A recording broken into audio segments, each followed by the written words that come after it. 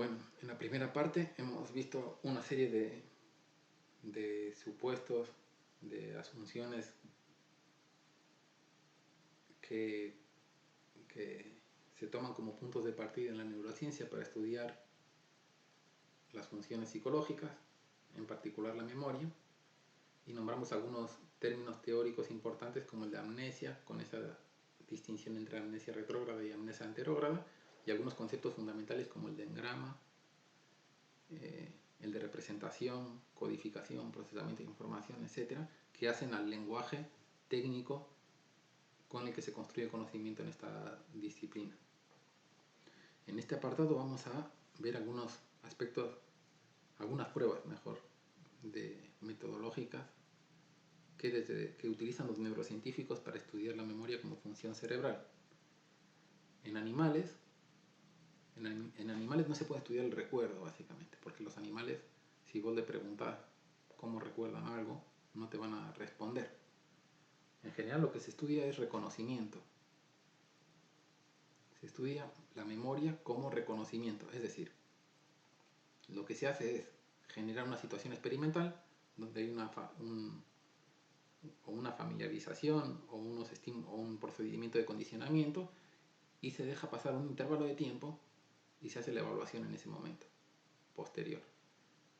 Si la respuesta que se observa, si se sigue observando respuesta condicionada o se sigue observando una respuesta que indica que ha habido algún reconocimiento del objeto que estuvo presente durante la fase de entrenamiento, entonces se considera que ha habido retención ha habido incorporación de información, ha habido retención de esa información, y todo eso el sistema nervioso permite que se dé la respuesta en un segundo momento. Por ejemplo, se estudian mediante esquemas de habituación o sensibilización. Yo puedo generar una respuesta habituatoria en un organismo. Lo vamos a ver luego con un ejemplo concreto con Kandel, de Eric Kandel. Yo genero la respuesta habituatoria y dejo pasar un intervalo de tiempo determinado. Si vuelvo a presentar el estímulo habituado y observo que la respuesta se ha mantenido, puedo estudiar cómo el sistema nervioso de alguna manera ha permitido que esa respuesta habituatoria perdure en el tiempo, y además encuentro que si se mantiene la respuesta, de algún modo puedo inferir que ha habido un reconocimiento del objeto o del estímulo que generó la habituación. Por eso está respondiendo de la misma manera después del intervalo de tiempo. Lo mismo ocurre con la sensibilización. Yo puedo generar una situación que genere sensibilización, dejo pasar un intervalo de tiempo y hago una evaluación posteriormente. Si sigo observando la respuesta de sensibilización, puedo inferir que en el sistema nervioso han ocurrido una serie de cambios que han permitido que se mantenga en el tiempo esa respuesta, la posibilidad de responder de esa manera sensibilizada que nosotros evaluamos en el experimento. También se emplean esquemas de aprendizaje asociativo, como el condicionamiento de miedo o otras pruebas que han visto ustedes, el laberinto radial o la pileta de Moore. ¿Cuál es el supuesto? Que yo genero un procedimiento de condicionamiento al estilo de lo que ustedes acordarán con la campana y la comida, y que desemboca en que la presentación de la campana termine generando una respuesta condicionada, en el caso del experimento clásico de Pavlov, una respuesta de salivación por el animal. Yo puedo dejar ahora un intervalo de tiempo largo, de 10 días, ponele, y evaluar, de vuelta a presentarle la campana al animal. Si observo todavía que sigue respondiendo con la respuesta de salivación, voy a inferir que el objeto, el estímulo, ha sido reconocido, o sea, a pesar del intervalo de tiempo lo sigue reconociendo, y el sistema nervioso ha permitido que de alguna manera se mantenga la posibilidad de responder de esa forma a lo largo del tiempo.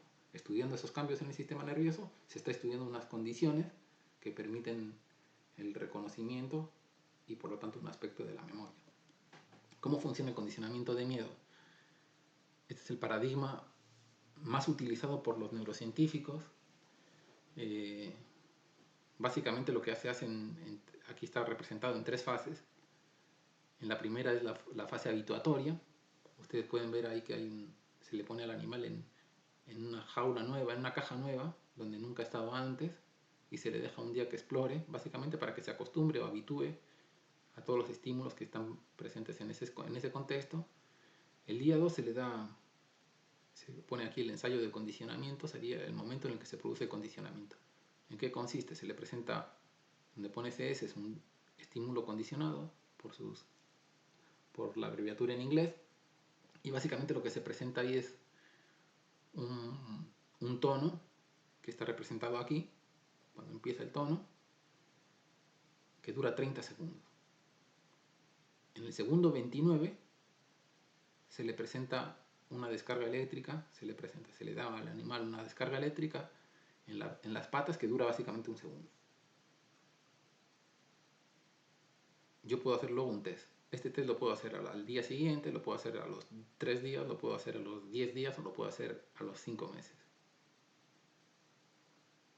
¿Y qué tengo que observar ahí?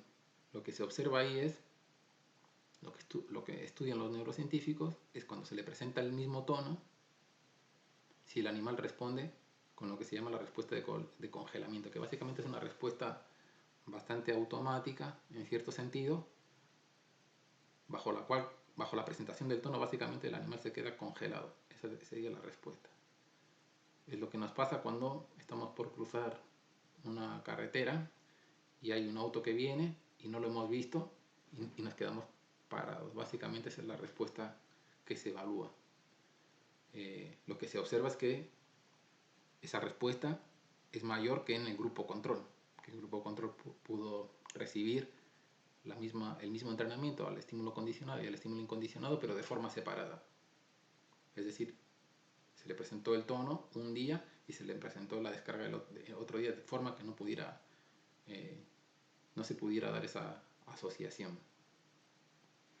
Bueno, lo que se observa, como les digo, es que se le presenta el mismo tono de 30 segundos y durante ese intervalo los animales del grupo experimental, donde se presentó el tono y la descarga de forma contigua, muestran una mayor respuesta que los animales del grupo control. Si yo realizo este experimento a las 24 horas y observo la respuesta, puedo decir que los cambios que se produjeron en el organismo, en el sistema nervioso, en el momento del entrenamiento, perduran al menos 24 horas para permitir la respuesta. Si hago la respuesta, si evalúo el test a las 2 semanas, básicamente el experimento me permitirá decir que la información, si encuentro esta diferencia, que la información aprendida, que el aprendizaje, que el sistema nervioso, mejor dicho, permitió que una serie de cambios que permitieron observar la respuesta 20 días después. Cuando estudio esos cambios, estoy estudiando los mecanismos que permiten que la memoria, en este caso el reconocimiento, se produzca en diferentes intervalos de tiempo. Con humanos, con las personas, con los sujetos humanos, se emplean también experimentos de aprendizaje asociativo con diferentes estímulos. Hay diferente literatura en eso, no vamos a entrar en detalle.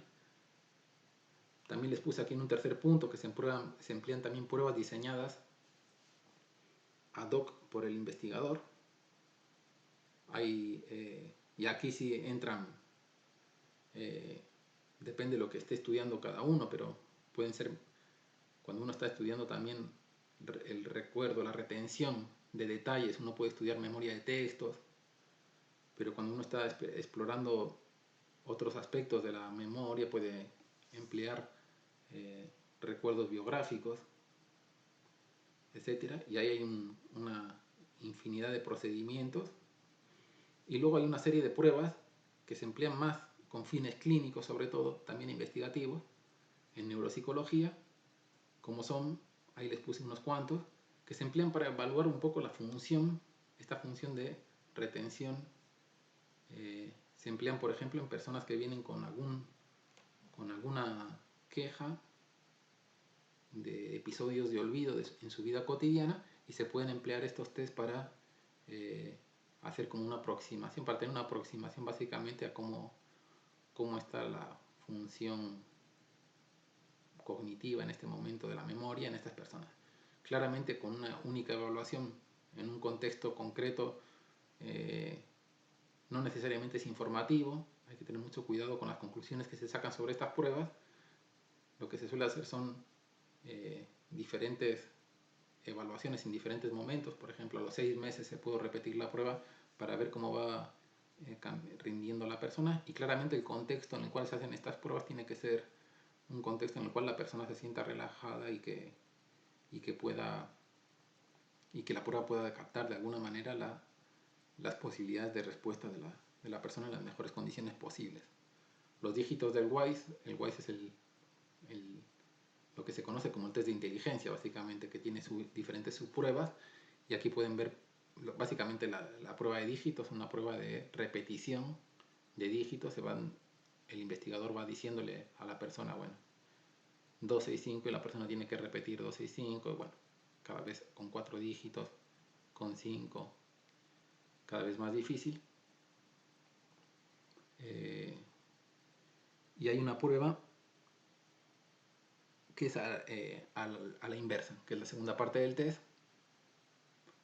que es, si yo le digo el 2-1, bueno, la persona me tiene que responder 1-2, que ya implica no solamente la retención, sino también un ejercicio de rotación de la información para poder, bueno, es una prueba que tiene un poco más de exigencia.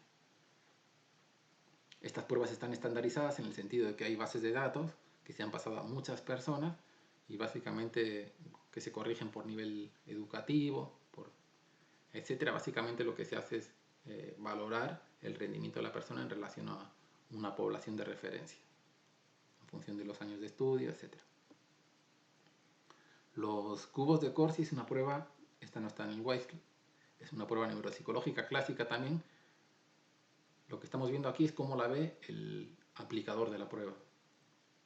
Al frente estaría sentada la persona que estaría siendo evaluada. Esta básicamente es una prueba que es una base donde tiene los cubos, y yo veo como el aplicador, veo los números de los cubos, de tal manera que usando una secuencia como la de los dígitos del WISE, yo puedo señalarle a la persona una secuencia en la cual yo toco los cubos, por ejemplo el 1, el 3 y el 2. Y lo que tiene que hacer la persona que está al otro lado es básicamente tocarme la misma secuencia. Esta es una prueba que se considera en este sentido no verbal, en tanto que no implica repetición verbal. Implica la retención de una secuencia motora, básicamente. Hay personas que pueden tener déficit en la retención de información verbal, pero no tener déficit en la retención de la información no verbal. Otra forma de explorar, menos específica quizá porque también tiene otros componentes, es la figura de Rey, que es la figura compleja de Rey. Hay otras. Básicamente es una figura que se le da a la persona para que la copie durante un tiempo, y luego se mide en diferentes intervalos de tiempo que la reproduzca sin tener el original ya en la presente. Y hay una forma de cuantificar en función de los detalles de la figura que la persona recuerda, y hacer unas curvas de olvido. También está estandarizada en diferentes poblaciones, etc. Otros componentes, me refiero a que estas pruebas, por ejemplo, tienen componentes también en cómo se estructura. Aquí se ve claramente cómo se estructura la información, también cómo afecta a la retención. Básicamente, cuando una persona hace la prueba, en general, una estrategia, no sé cómo lo harían ustedes, pero la estrategia habitual es básicamente empezar con el rectángulo grande, dividirlo luego por ejes, etc. Hay gente que empieza a dibujar la prueba por acá arriba y no tiene una planificación clara de una estructura general, que luego dificulta que la persona pueda retenerla durante más tiempo.